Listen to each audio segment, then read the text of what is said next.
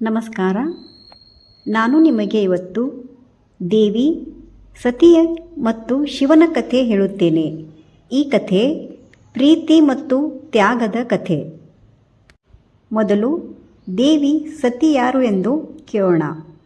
ಸತಿ ದೇವಿ ಪ್ರಜಾಪತಿ ದಕ್ಷನ ಮಗಳು. ಪ್ರಜಾಪತಿ ದಕ್ಷನಿಗೆ 60 ಹೆಣ್ಣು ಮಕ್ಕಳು ಇದ್ದರು. ಅವರಲ್ಲಿ 27 ಮಕ್ಕಳಿಗೆ ಚಂದ್ರದೇವನಿಗೆ ಕೊಟ್ಟು ವಿವಾಹ ಮಾಡಿದ್ದ. ಇವರು 27 ನಕ್ಷತ್ರಗಳು. ಇನ್ನೂ ಕೆಲವು ಹೆಣ್ಣು ಮಕ್ಕಳಿಗೆ ವಿಭಿನ್ನ ದೇವರಿಗೆ ಮತ್ತು ಋಷಿಗಳಿಗೆ. ಇನ್ನು ಕೆಲವರು ಅಂಗೀರಸ ಮತ್ತು ಋಷಿ ಭೃಗು ಇವರ ಪತ್ನಿಗಳಾಗಿ ಇದ್ದರು. ಅದರಲ್ಲಿ ಪ್ರಮುಖ ಮಗಳು ದೇವಿ ಸತಿ. ದೇವಿ ಸತಿ ಅವಳು ಚಿಕ್ಕ ವಯಸ್ಸಿನಿಂದಲೇ ಮಹಾದೇವನಾದ ಶಿವ ಅವರನ್ನು ಭಕ್ತಿಯಿಂದ ಪೂಜಿಸುತ್ತಿದ್ದಳು. ಶಿವನು ವೈರಾಗ್ಯ ಸ್ವರೂಪಿ, ಕೈಲಾಸದಲ್ಲಿರುವ ಯೋಗೇಶ್ವರ, ರಾಜಮನೆತನದ ವೈಭವಕ್ಕೆ ವಿರುದ್ಧವಾದ ಸರಳ ಜೀವನ.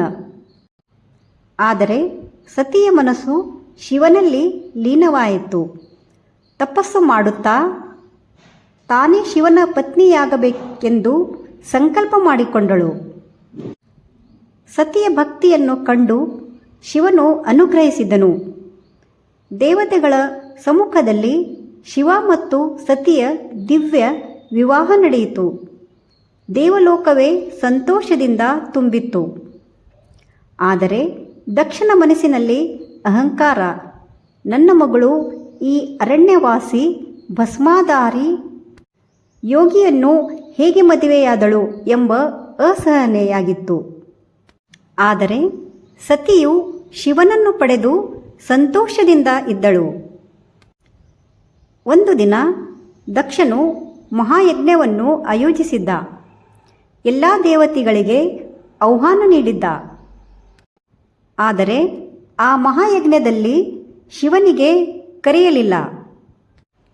ಆದರೆ ಸತಿಗೆ ತನ್ನ ತಂದೆಯ ಮನೆಗೆ ಹೋಗಬೇಕೆಂಬ ಆಸೆ ಇತ್ತು. ಸತಿಯು ಶಿವನಿಗೆ ಕೇಳುತ್ತಾಳೆ. ಆದರೆ ಶಿವನು ಆಹ್ವಾನವಿಲ್ಲದೆ ಹೋಗಬೇಡ ಎಂದು ಹೇಳುತ್ತಾನೆ. ಆದರೂ ಸತಿ ತಂದೆಯ ಮನೆಯ ಪ್ರೀತಿಯಿಂದ ಯಜ್ಞಕ್ಕೆ ಹೋಗುತ್ತಾಳೆ. ಆದರೆ ಅಲ್ಲಿ ದಕ್ಷನು ಶಿವನನ್ನು ಎಲ್ಲರ ಮುಂದೆ ಅವಮಾನಿಸಿದನು. ಶಿವನನ್ನು ಬೈಯುತ್ತಾನೆ. ಪತಿಯ ಈ ಅವಮಾನವನ್ನು ಸಹಿಸಲಾರದೆ ಸತಿ ಕೋಪದಿಂದ ಹೀಗೆ ಹೇಳುತ್ತಾಳೆ, ನನ್ನ ಪತಿಯನ್ನು ಅವಮಾನಿಸಿದ ಸ್ಥಳದಲ್ಲಿ ನಾನು ಜೀವಿಸಲ್ಲ. ಹೀಗೆ ಹೇಳಿ ಯಜ್ಞಕುಂಡದಲ್ಲಿ ತನ್ನ ದೇಹ ತ್ಯಾಗ ಮಾಡುತ್ತಾಳೆ. ಈ ಸುದ್ದಿ ಕೇಳಿದ ಶಿವನು ಕ್ರೋಧದಿಂದ ತಾಂಡವ ಮಾಡುತ್ತಾನೆ. ತನ್ನ ಜಟೆಯಿಂದ ಒಂದು ಕೂದಲು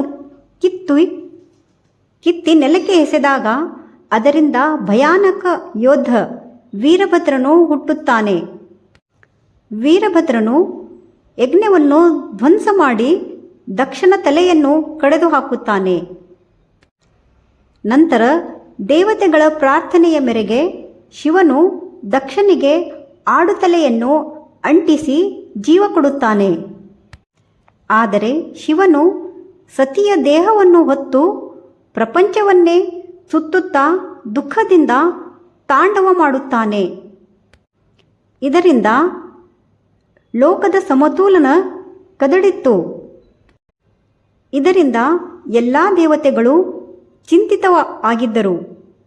ಆಗ ವಿಷ್ಣು ದೇವರು ತಮ್ಮ ಸುದರ್ಶನ ಚಕ್ರದಿಂದ ಸತಿಯ ದೇಹವನ್ನು ತುಂಡುಗಳಾಗಿ ಕತ್ತರಿಸಿದರು. ಅವಳ ಬಿದ್ದ ಅಂಗಗಳು ಪ್ರತಿಯೊಂದು ಸ್ಥಳವೂ ಶಕ್ತಿಪೀಠವಾಯಿತು. ಎಲ್ಲೆಲ್ಲಿ ದೇವಿ ಸತಿಯ ಅಂಗಗಳು ಬಿದ್ದವು ಅವುಗಳೆಲ್ಲವೂ ಶಕ್ತಿಪೀಠಗಳಾದವು. ಇಂದು ಭಾರತದ ಎಲ್ಲೆಡೆ 51 ಶಕ್ತಿಪೀಠಗಳು ಭಕ್ತರ ಆರಾಧನಾ ಕೇಂದ್ರಗಳಾಗಿವೆ. ಕೆಲವೊಂದು ಶಕ್ತಿಪೀಠಗಳು ನಮ್ಮ ಭಾರತ ದೇಶದಲ್ಲಿವೆ, ಇನ್ನು ಕೆಲವು ಹೊರ ದೇಶಗಳಲ್ಲಿವೆ. ನಮ್ಮ ಭಾರತದಲ್ಲಿ ಇರುವ ಪ್ರಮುಖ ಶಕ್ತಿಪೀಠಗಳು: ಕಾಮಾಖ್ಯ ದೇವಸ್ಥಾನ್, ಇದು ಆಸಾಂ. ಇಲ್ಲಿ ದೇವಿ ಸತಿಯ ಯೋನಿ ಭಾಗ ಬಿದ್ದಿದೆ ಎಂದು ನಂಬಿಕೆ ಇದೆ. ಎರಡನೆಯದು ಕಾಳಿಘಾಟ್ ಕಾಳಿ ದೇವಸ್ಥಾನ್, ಇದು ಪಶ್ಚಿಮ ಬಂಗಾಳ. ಇಲ್ಲಿ ಸತಿಯ ಬಲಪಾದ ಬೆರಳು ಬಿದ್ದಿದೆ ಎಂದು ಹೇಳಲಾಗಿದೆ. ಇದು ಕೋಲ್ಕತ್ತಾದ ಪ್ರಸಿದ್ಧ ದೇವಾಲಯ. ಮೂರನೆಯದು ವಿಶಾಲಾಕ್ಷಿ ದೇವಸ್ಥಾನ್, ಇದು ವಾರಣಾಸಿ. ಇಲ್ಲಿ ದೇವಿ ಸತಿಯ ಕರ್ಣಕುಂಡಲ ಕಿವಿಯ ಆಭರಣ ಬಿದ್ದಿದೆ ಎಂಬ ನಂಬಿಕೆ.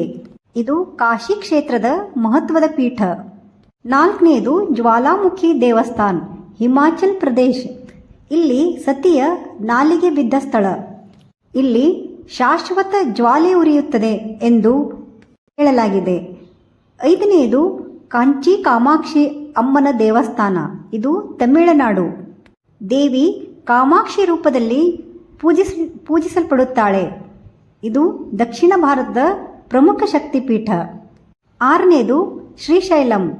ಇಲ್ಲಿ ಭ್ರಮರಾಂಬಿಕೆ ದೇವಸ್ಥಾನ, ಆಂಧ್ರ ಪ್ರದೇಶ. ಇಲ್ಲಿ ದೇವಿ ಸತಿಯ ಕುತ್ತಿಗೆ ಭಾಗ ಬಿದ್ದಿದೆ ಎಂದು ಹೇಳಲಾಗಿದೆ.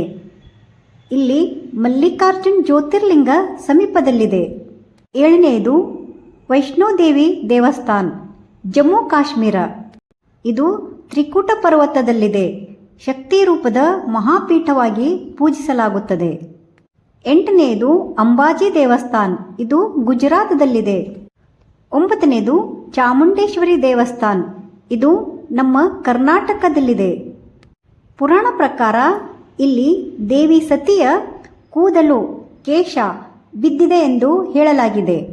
ಇದು ಮೈಸೂರು ಚಾಮುಂಡಿ ಬೆಟ್ಟದ ಮೇಲಿರುವ ಈ ದೇವಾಲಯವು ಕರ್ನಾಟಕದ ಪ್ರಸಿದ್ಧ ಶಕ್ತಿಪೀಠಗಳಲ್ಲಿ ಒಂದಾಗಿದೆ.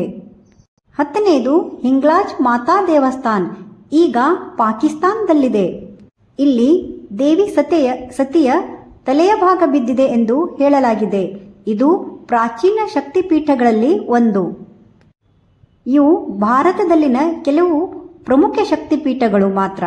ಒಟ್ಟು 51 ಶಕ್ತಿಪೀಠಗಳಲ್ಲಿ ಕೆಲವು ಭಾರತದ ಹೊರಗಡೆಯೋ ನೇಪಾಳ, ಬಾಂಗ್ಲಾದೇಶ್ ಮತ್ತು ಪಾಕಿಸ್ತಾನ್, ಶ್ರೀಲಂಕಾ ಅಲ್ಲಿ ಕೂಡ ಶಕ್ತಿಪೀಠಗಳು ಇವೆ. ದೇವಿ ಸತಿಯ ಕಥೆಯು ಈ ಸಂದೇಶ ಕೊಡುತ್ತದೆ: ಪತಿಯ ಗೌರವವೇ ಪತ್ನಿಯ ಗೌರವ. ಈ ಕಥೆ ನಮಗೆ ಭಕ್ತಿ, ನಿಷ್ಠೆ ಮತ್ತು ಶಕ್ತಿಯ ಮಹತ್ವವನ್ನು ಸಾರುತ್ತದೆ. ನಿಮಗೆ ನನ್ನ ಈ ವಿಡಿಯೋ ಇಷ್ಟವಾದಲ್ಲಿ ಲೈಕ್, ಶೇರ್, ಸಬ್ಸ್ಕ್ರೈಬ್ ಮಾಡಿ. ಧನ್ಯವಾದ.